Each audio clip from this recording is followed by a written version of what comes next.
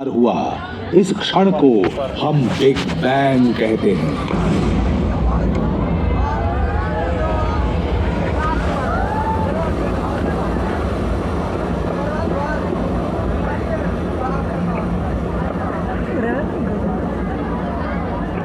एक सेकंड के 10 लाखवें हिस्से के भीतर ब्रह्मांड उप परमाणु कणों के घने समूह में बदल जाता है।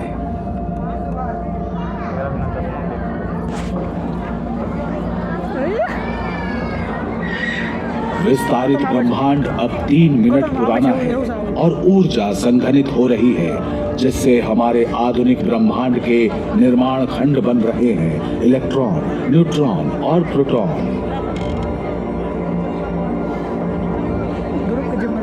वीडियो थी करके अन्ना रख दिया था। रख दिन जकाई भी चाहता है देख थोड़ी चक नहीं तो ठीक है ब्रह्मांड 380,000 साल का हो गया है। इलेक्ट्रॉन कहे जाने वाले कण धीमे हो गए हैं और प्रोटॉन की ओर आकर्षित होने लगे हैं। प्रत्येक इलेक्ट्रॉन में ऋणात्मक आवेश होता है और हर प्रोटॉन में एक जैसा धनात्मक आवेश होता है।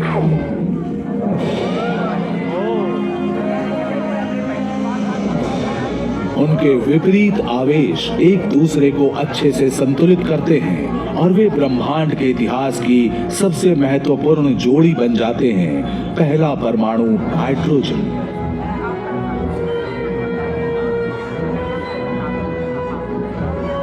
इलेक्ट्रॉनों को प्रोटॉन और न्यूट्रॉन के जोड़ों द्वारा भी पकड़ा जाता है और इससे पूरा होता है दूसरा सबसे सरल परमाणु हीलियम। ब्रह्मांड अब 50 करोड़ साल पुराना है और गर्म ऊर्जा का समूह शांत होकर ठंडे काले बादल में बदल गया है। ब्रह्मांड में परमाणुओं, ज्यादातर हाइड्रोजन की एक धुंध भर गई है। कोई आकाश गंगा नहीं, कोई तारा नहीं, ग्रह नहीं, कुछ है तो बस अंतरिक्ष में तैरते परमाणु। और गुरुत्वाकर्षण के अदृश्य अपरिहार्य प्रभावों के कारण हमारी कहानी यहीं समाप्त हो जाएगी। गुरुत्वाकर्षण क्या है? गुरुत्वाकर्षण एक अदृश्य शक्ति है जो द्रव्यमान वाली किसी भी वस्तु को हर दिशा में खींचती है। परमाणु वास्तव में बहुत छोटे होते हैं, लेकिन प्रत्येक का द्रव्यमान बहुत कम होता है। इसलिए प्रत्येक परमाणु का गुरुत्वाकर्षण धीरे धीरे बिना दिखे ब्रह्मांड में दूसरे परमाणु को खींच रहा है।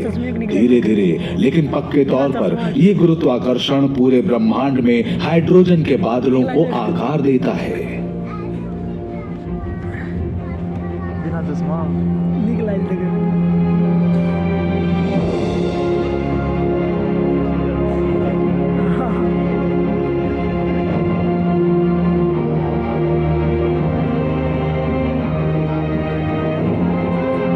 जैसे जैसे ज्यादा से ज्यादा परमाणु एक साथ एकत्रित होते हैं, वे विशाल घूमते बादलों प्रथम प्रोटो गैलेक्सी में बन जाते हैं।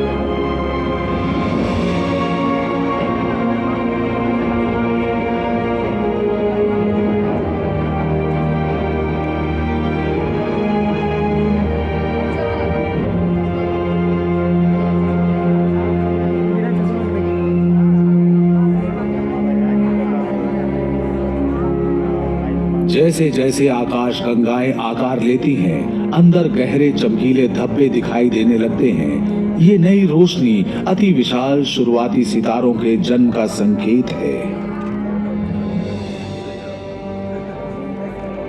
प्रत्येक तारा अपनी जिंदगी ठंडी घूमती हाइड्रोजन की एक विशाल गेंद के रूप में शुरू करता है। जैसे ही घूमते बादल का गुरुत्वाकर्षण चारों ओर की गैस को खींचता है, गेंद बढ़ने लगती है और बढ़ती जाती है। इस वृद्धि के साथ गुरुत्वाकर्षण भी बढ़ता है और उतना ही अधिक अपनी ओर खींचता है। कोर में परमाणु अधिक से अधिक दबते जाते हैं, जिससे उनका तापमान 1 करोड़ डिग्री सेल्सियस तक बढ़ जाता है। गर्मी और दबाव के कारण हाइड्रोजन परमाणु के नाभिक आपस में जुड़ते हैं और ऊर्जा छोड़ते हैं। जैसे ही ऊर्जा इसकी सतह से बाहर निकलती है, तारा चमकने लगता है।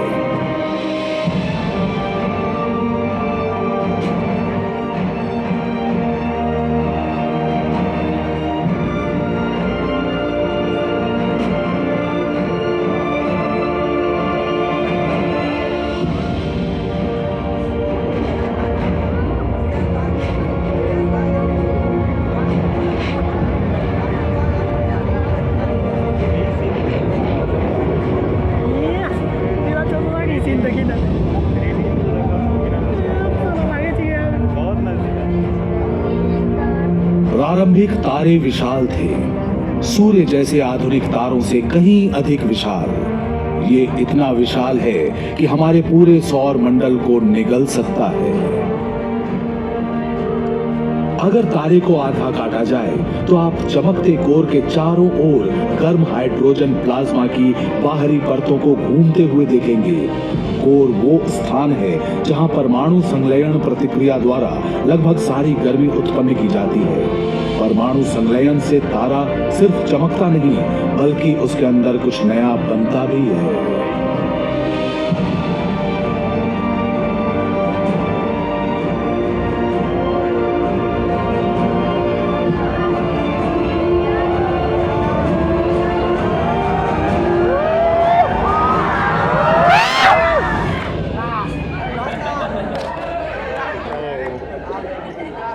देवियों और सज्जनों, आपके मनोरंजन के लिए क्या मैं परमाणु संलयन के चमत्कारों और रहस्यों को दिखाने वाला एक अजीब और गरीब नजारा प्रस्तुत कर सकता हूँ। Nuclear fusion. कल्पना कीजिए हम तारों के बीच में हैं। ये गेंदें हाइड्रोजन नाभिक से अलग हुए प्रोटॉन हैं। और अब देखिए कि कैसे वे एक साथ मिलकर हीलियम नामक एक नया तत्व बनाते हैं। ये प्रक्रिया प्रोटॉन से शुरू होती है। वे सभी एक दूसरे से दूर जाने की कोशिश कर रहे हैं क्योंकि उनका धनात्मक आवेश उन्हें अलग कर देता है। हालांकि कभी-कभी प्रोटॉन अपना आवेश खो देगा और न्यूट्रॉन में बदल जाएगा। न्यूट्रॉन के पास कोई आवेश नहीं होता है, इसलिए गर्मी और दबाव उन्हें निकटतम प्रोटॉन से जुड़ने के लिए मजबूर करता है। वे मिलकर एक नया न्यूक्लियाई बनाते हैं जिसे ड्यूटेरॉन कहा जाता है।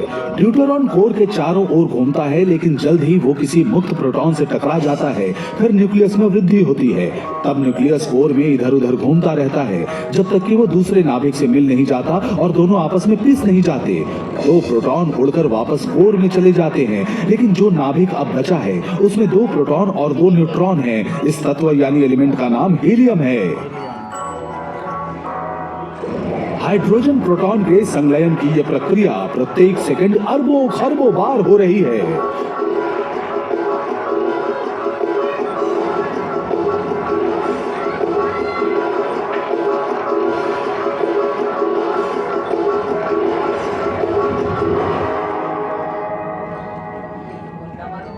धीरे धीरे हीलियम कोर को भर देता है।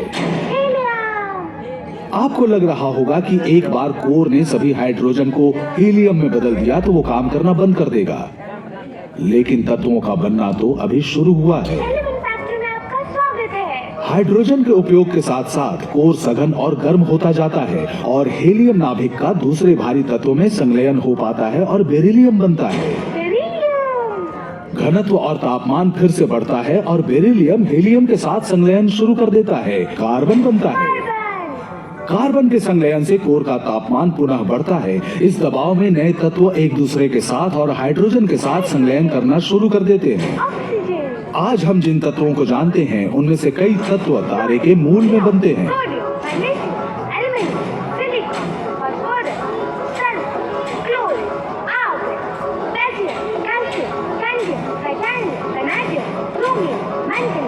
अंत में जाकर जो तत्व बनता है उसे हम लोहा कहते हैं, लेकिन लोहे का केंद्रक इतना स्थिर होता है कि उसका संलयन नहीं हो पाता और इसलिए कोर में तापमान नहीं बढ़ता है।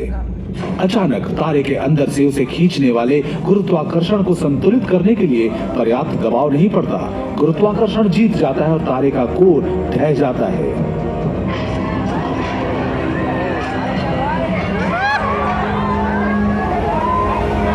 शक्तिशाली गुरुत्वाकर्षण हर परमाणु को इतनी ताकत से पटकता है कि तारा खुद ही बिखर कर एक सुपरनोवा बन जाता है।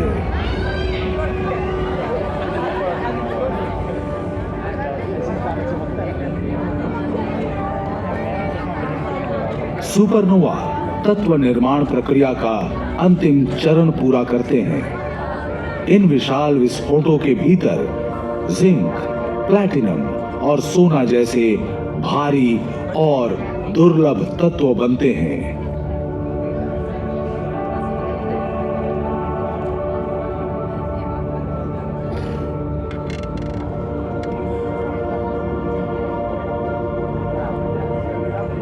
अरबों वर्षों में विस्फोटित तारों का मलबा धीरे धीरे विशाल बादलों में एकत्रित हो जाता है। अभी भी ज्यादातर हाइड्रोजन है, लेकिन अब भारी परमाणुओं के मिश्रण से भर चुका है। इन विशाल बादलों को हम नेबुलाई अथवा निहारिका कहते हैं। ये इतना विशाल है कि इसमें हमारा सौर मंडल लाखों करोड़ों बार समा सकता है। इन स्तंभों के अंदर गहराई में परमाणुओं के साथ कुछ हो रहा है।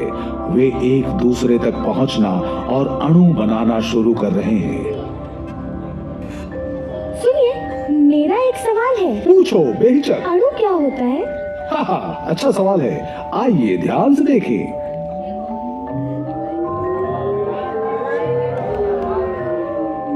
ये निहारिका में पाए जाने वाले कुछ मॉलिक्यूल्स यानी अणु हैं।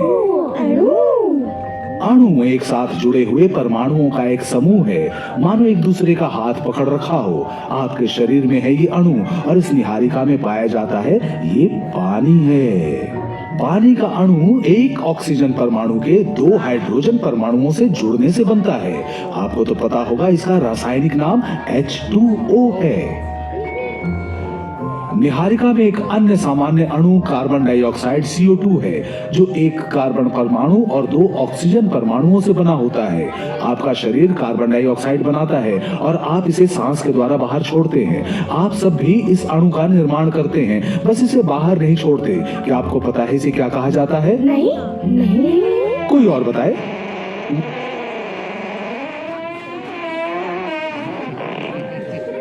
खैर, बहुत बहुत धन्यवाद, लेकिन मेरा मतलब था मीथेन। हाँ, आपने तो मीथेन बना दिया। ठीक है, अब सुनो आगे।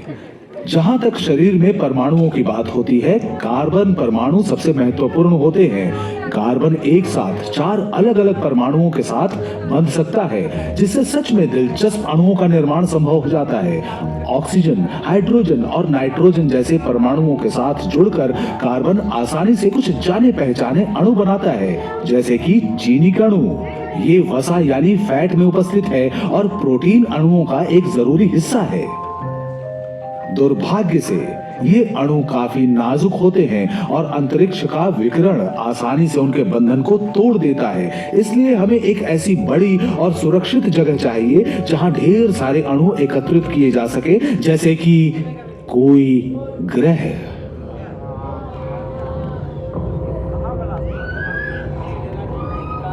गैसों, अणुओं, धातुओं और धूल की ये विशाल डिस्क ही हमारा सौर मंडल है, जिसके केंद्र में है एक नया सूर्य। इन मंडराते बादलों के भीतर गुरुत्वाकर्षण इन अणुओं को चक्कर खाते बड़े द्रव्यमान में खींच रहा है, जो ग्रह बन जाएंगे।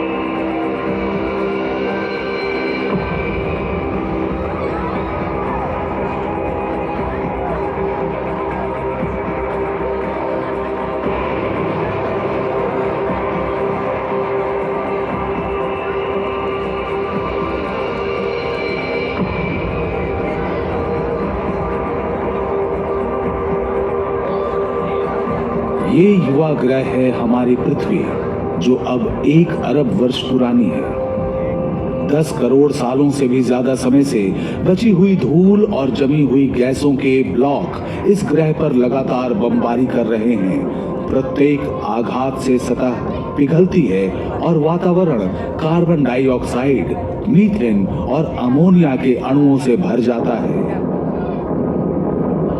लेकिन अंततः प्रभाव कम होता है और सतह ठंडी होने लगती है। वायुमंडल में भाप तरल में बदल जाती है और बारिश होने लगती है। वर्षा हजारों वर्षों तक होती है। पूरी धरती में पानी भर जाता है।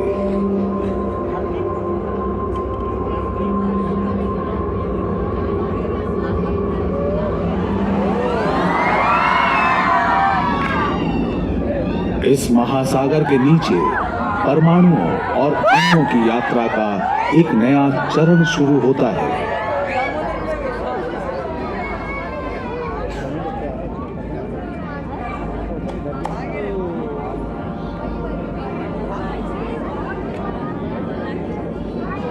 पृथ्वी के सतह की पिघली हुई चट्टान से गर्म हुआ पानी इनमें बने छिद्रों के माध्यम से फूटता है और जिसमें अणु घुल जाते हैं। जैसे ही ये समुद्र के ठंडे पानी से मिलता है, ये खनिज मीनारों के रूप में जमा हो जाते हैं। जैसे ही आणविक मिश्रण खनिज समृद्ध कक्षों से गुजरता है, वो अणु बनाना शुरू करता है, जिन्हें हम जीवन के निर्माण खंड कहते हैं। शायद ये इस तरह की एक दरार के अंदर था। सैकड़ों लाखों वर्षों की आकस्मिक अंतःक्रिया के बाद अणुओं ने कोशिकाओं के आकार में पहला जीवन बनाया। आप जगह से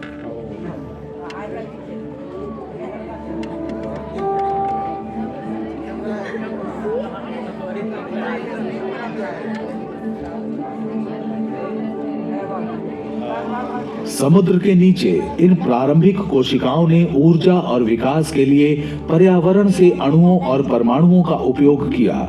जल्द ही उन्होंने स्वयं की प्रतियां बनानी शुरू कर दी। अचानक सैकड़ों, हजारों, लाखों, खरबों कोशिकाएं पूरे महासागर में फैल गईं। 1 अरब वर्षों के आश्चर्यजनक उत्परिवर्तन के चलते एक अद्भुत प्रगति हुई। कुछ कोशिकाओं ने कार्बन डाइऑक्साइड और पानी को चीनी में बदलने के लिए सूर्य की ऊर्जा का उपयोग करना शुरू कर दिया। इस महाशक्ति प्रकाश संश्लेषण के कारण कोशिकाएं कहीं अधिक तेजी से बढ़ी, लेकिन सामने एक बुरा आश्चर्य था। इन नई सुपर कोशिकाओं से निकला ऑक्सीजन और वायुमंडल में निर्मित होते होते इसने हमारे ग्रह को हमेशा के लिए बदल दिया। अत्यधिक प्रतिक्रियाशील ऑक्सीजन ने बड़ी संख्या में कोशिकाओं को विषाक्त किया और हुई सामूहिक विलुप्ति। लेकिन कुछ कोशिकाएं बच गईं। जब उनकी प्रतियां बनी, उन्होंने दुनिया को इस नई गैस को सहन करने, यहाँ तक कि उपयोग करने में सक्षम कोशिकाओं से भर दिया और जीवन आगे बढ़ता गया। कुछ कोशिकाओं ने एक साथ कार्य करके समूह बनाए, जब तक कि वे पहले बहुकोशिका वाले जीव नहीं बन गए। कई पीढ़ियों के दौरान उनके रूप धीरे धीरे बदलते गए। कुछ मौलिक सूक्ष्म अणु सरल कृमियों में विकसित हो गए थे। जल्द ही उन कृमियों का विकास हुआ और आदिम मछलियां बनी। रक्त कोशिकाओं में लोहे का उपयोग करते हुए इन्होंने ऑक्सीजन और कैल्शियम ग्रहण किया और बनी हड्डियां। मछलियां विकसित होती रहीं और महासागरों में राज करती रहीं। समय के साथ अणु और परमाणु एक जीवित वस्तु से दूसरे जीवित वस्तु में जाते हैं और फिर से नए और संशोधित होते रहते हैं। पानी के ऊपर, जमीन पर पौधों और विशाल कीड़ों ने कब्जा कर लिया। जल्द ही उनके पीछे मछलियां आ गईं, जो समुद्र से बाहर रेंगने और ऑक्सीजन युक्त हवा में सांस लेने की क्षमता से भरपूर थी। सांस में ऑक्सीजन लेने वाले जीव सरीसृप बने, जो डायनासोर कहलाए। 10 करोड़ से भी ज्यादा सालों तक डायनासोर ने धरती पर राज किया। ये अणुओं के महाराजा थे। और फिर एक विशाल धक्के ने पर्यावरण को इतनी तेजी से बदला कि जीवन के कई रूप जीवित न रह पाए। डायनासोर का युग समाप्त हो गया, लेकिन कुछ प्रजातियां जीवित रहीं। डायनासोर के खत्म होने के बाद परमाणुओं के बेहतर संयोजक स्तनधारी उनकी जगह लेने के लिए आ गए। प्रकृति के नियमों के अनुकूल बनते हुए उन्होंने नई जीवन शैली अपनाई। जैसे जैसे प्रजातियां खत्म हुई और नई प्रजातियां पनपी, इस वंश वृक्ष ने पीढ़ियों का रूप निर्धारित किया। फिर लाखों साल बाद वंश वृक्ष की एक दूर की शाखा पर नए स्तनधारी बंदर पनपे। कई पीढ़ियों के बाद इस शाखा की एक टहनी पर कुछ बहुत ही अजीब बंदर आ गए। ये बंदर अजीब थे क्योंकि उनके परमाणुओं ने मस्तिष्क का निर्माण किया था, जो केवल पेट की भूख के बारे में नहीं सोचते थे, बल्कि ये भी सोचते थे कि हम किस चीज से बने हैं और ये भी कि ये सब कहां से आया। वे तब से जवाब की तलाश में हैं। हमने पाया है कि हम परमाणुओं से बने हैं और ये परमाणु उतने ही पुराने हैं जितनी इस ब्रह्मांड की यात्रा। आपका हिस्सा बनने से पहले वे जानवरों, पौधों और हवा में थे। वे कभी डायनासोर में थे, कभी आदिम मछली में। उन्हीं से सबसे पहली कोशिकाएं बनी। कोशिकाएं उन अणुओं से बनती हैं जिनमें परमाणु होते हैं, जो सबसे पहले धूमकेतु और क्षुद्र ग्रहों के रूप में पृथ्वी पर आए थे। जटिल परमाणुओं से भरे विशाल निहारिकाओं के बादलों के भीतर जन्मे, विस्फोट होते तारों से निकले वे परमाणु जो तारों के केंद्र में गुरुत्वाकर्षण द्वारा जुड़े हुए थे। तारे जो हाइड्रोजन के विशाल बादलों से बने थे, वही हाइड्रोजन जो प्रोटॉन और इलेक्ट्रॉन के बीच की पहली कड़ी थी। लेकिन कहानी तब शुरू हुई थी जब ब्रह्मांड की एक छोटी सी बिंदु से विस्तार हुआ और ऊर्जा मिलकर पदार्थ का निर्माण करने लगी।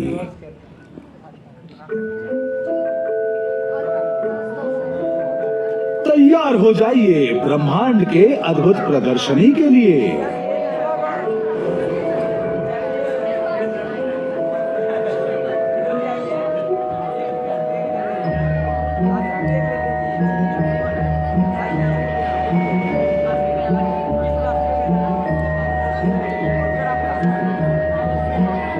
हम चले थे सफर पर, ये जानने कि हम किस चीज से बने हैं और ये सब कहां से आया। हमने देखा है कि कैसे हमारे शरीर के परमाणुओं में ब्रह्मांड का इतिहास छिपा है। हमारे रक्त में लौह कण और हमारी हड्डियों में कैल्शियम से लेकर सांस लेने वाली ऑक्सीजन, यानी सारे के सारे परमाणु दूर के एक प्रकाश बिंदु से आए थे। तो अगली बार जब आप रात के आकाश को देखें तो याद रखें कि आपके परमाणुओं का सफर कहां से शुरू हुआ था। हम सभी सितारों से बने हैं।